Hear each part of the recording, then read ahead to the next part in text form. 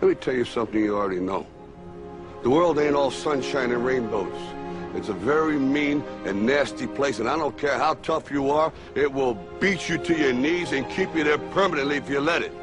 You, me, or nobody is gonna hit as hard as life. But it ain't about how hard you hit. It's about how hard you can get hit and keep moving forward. How much you can take and keep moving forward. That's how winning is done. Pain is temporary.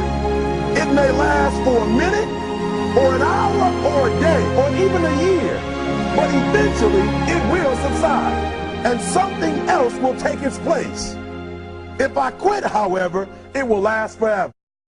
I'm going to show you how great I am.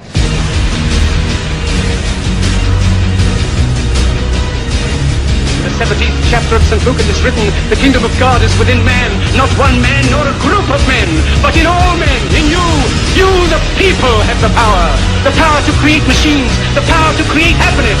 You, the people, have the power to make this life free and beautiful, to make this life a wonderful adventure. Now, what are you going to do?